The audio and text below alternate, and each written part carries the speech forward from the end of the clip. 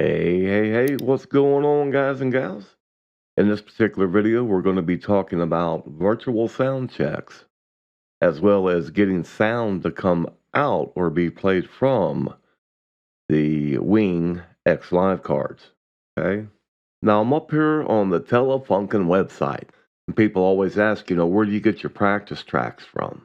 Well, these guys are a great source. I mean, you've got many good sources out there, but I always come to these guys because I like what they got on their website. I like their music. I like their mics. I like their audio gear. I like their articles. I just like them. Okay. So if you come up here and you look at audio and video, you come down on the multi tracks. This is where you're going to find them, and you can filter them out and all these things, and go through and see what you like. Now, in this particular one, we're going to be using Tiptoe Through the Crypto. Absolutely just love the title of the song. That's what caught my attention. So I downloaded it, I unzipped it, and that's what we're going to be looking at in Reaper as we go through with our Wing edit. And we're going to go from Reaper and simulate this as being our band. And why do we always come from our USB audio from our computer when we're simulating bands? Well, everybody's busy. Very seldom do you get everybody in there at one time. And when you can get them in there at one time, it's normally in there for rehearsal and not to go in there and make a video about how to do a virtual sound check. Okay? So that's why we're going to do what we're doing here. So tiptoe through the crypto, and I want to show you some things here in the Orban meter that we're going to look at. It's what I do. You don't have to do it. This is just me. Okay? Now, here we are in the Orban meter, and what I do is I always drop my tracks in here so I can kind of look at them. And what I'm looking at down here, I'm basically just looking at how they were recorded. This will tell me so much information. We always talk about being at that -18 when you come in, but I'm also able to look at their mics and see what are they picking up versus where they're placed. It will tell you a lot. See the drum overheads right here? See how those transits, everything's out there kind of wide open, but you can see right there in the center of that track is the meat of this audio file. Well, there's the tom drum. Okay. Here you can see where it's really picking up as it's being hit, but you can also see the background that it's picking up as well. Electric guitar, as you can see right here, man, if it ain't playing, that little dead spot right there, that's all, probably something off in the background somewhere. Okay. So now from here, let's go ahead and jump into Reaper. And here we go. And these are the tracks now that I've loaded up in Reaper. As you can see up here, I've got the ASIO file engaged. It is for my Wing USB. It does give me 48 in and 48 out. The AES configuration, everything I do, guys, is set on auto. Okay, I let my computer figure it out for me, and I just hit OK. So I've got a loop here. You just in Reaper, I'm left mouse clicking. I'm just creating a loop up here, and then I'm going to engage it right here. So this is just basically going to play for me until I tell it to stop. This way we can go over into Wing Edit, and we'll set this up. I've already taken the snap, and I've reset it, done a factory reset. I'll show you that when we get over there. So I'm going to go ahead and play, and then we're going to go over to Wing Edit. Okay, guys, and as we come through here, I'm going to say here we're in Wing Edit. I'm going to check on Mixer Reset here, and I'm going to load that scene. This just keeps me from having to initialize the console every time. It's real simple to do. So once we do that, we're going to come up here to our routing. And if you look here, USB audio, normally this is probably going to be on your local in. Here we have, when we come to routing, here's our input, that is output. We're going to be going right here to these little two channels. This is our main and our alternate inputs. So what do we want for the mains? Well, we're going to use our USB audio. If you were sitting there working your band, or your group, or your church service, this would be, if you're using the mixer, it's local ends.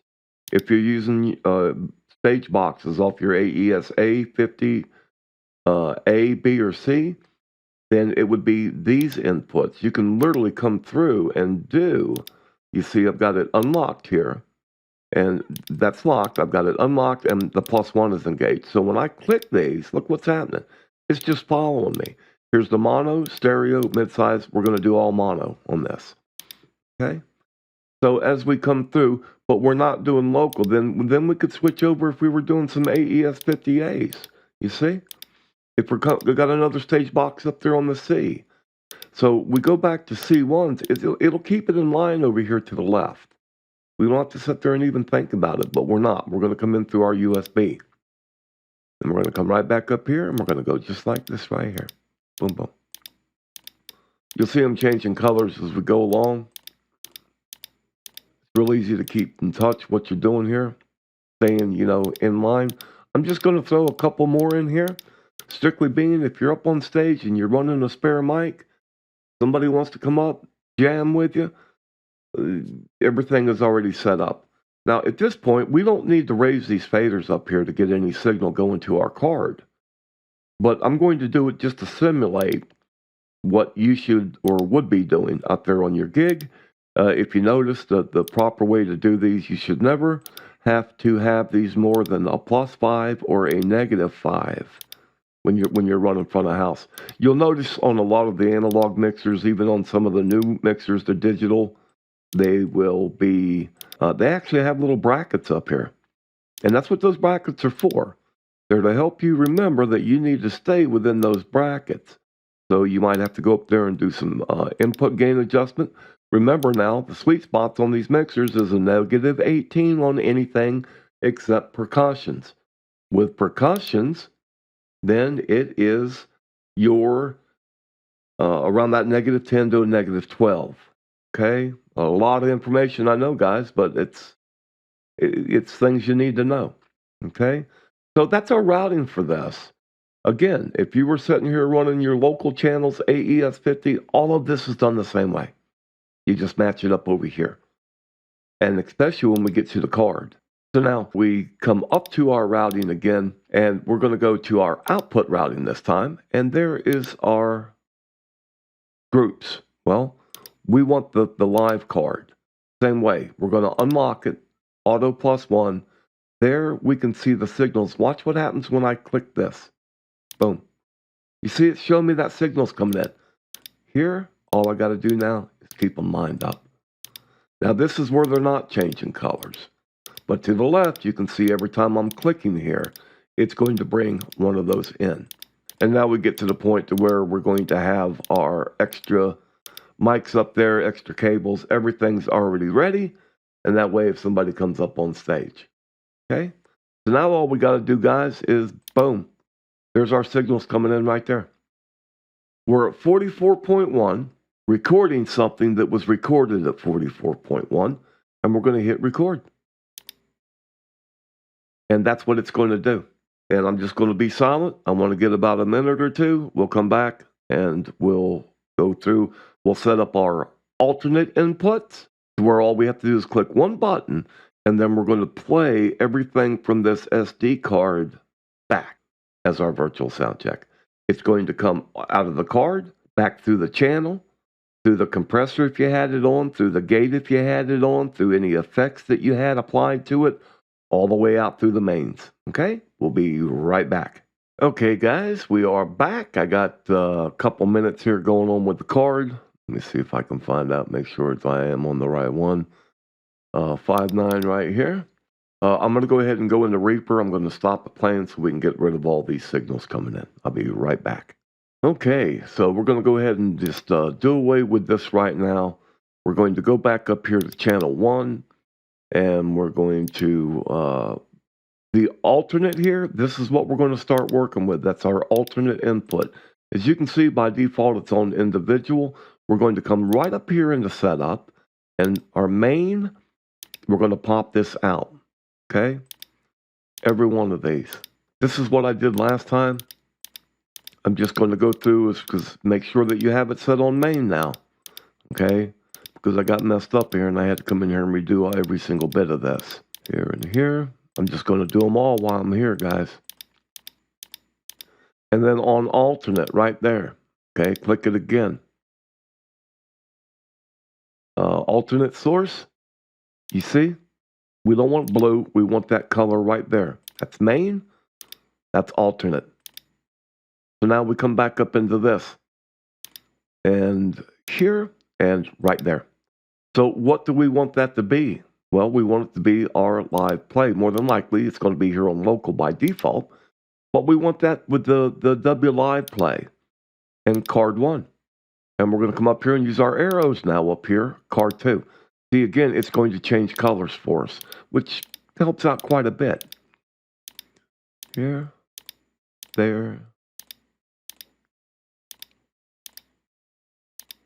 Somebody sent me an email and wanted to know if there was a faster way to do this. And as far as I know, there's not.